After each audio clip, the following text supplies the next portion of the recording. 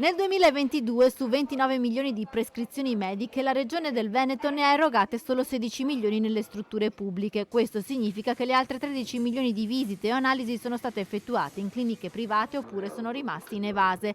Rispetto al 2019, anno di riferimento pre-pandemia, le prestazioni mediche non evase sono aumentate di 1 milione.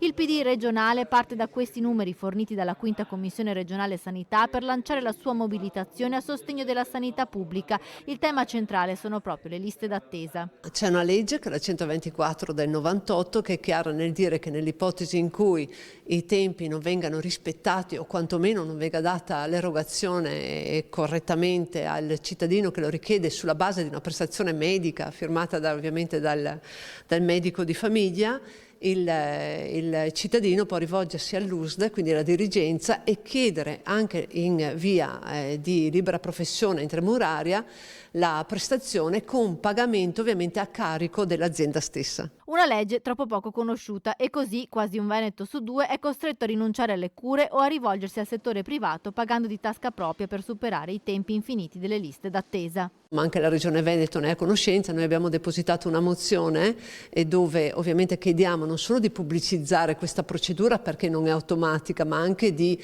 mettere un fondo a disposizione per eventualmente rimborsare le prestazioni. Gli altri punti su cui si concentra la campagna del Partito Democratico a sostegno della sanità pubblica sono la carenza di medici di medicina generale e quello di personale infermieristico e sanitario, soprattutto nei pronti soccorso, e la tutela della salute mentale. Noi non stiamo mettendo in discussione, non finirò mai di ripetere, il valore, l'eccellenza dei medici, degli infermieri, di tutti coloro che sono in grado di prestare un servizio, ma bisogna che i cittadini vengano nelle condizioni di poterlo ricevere.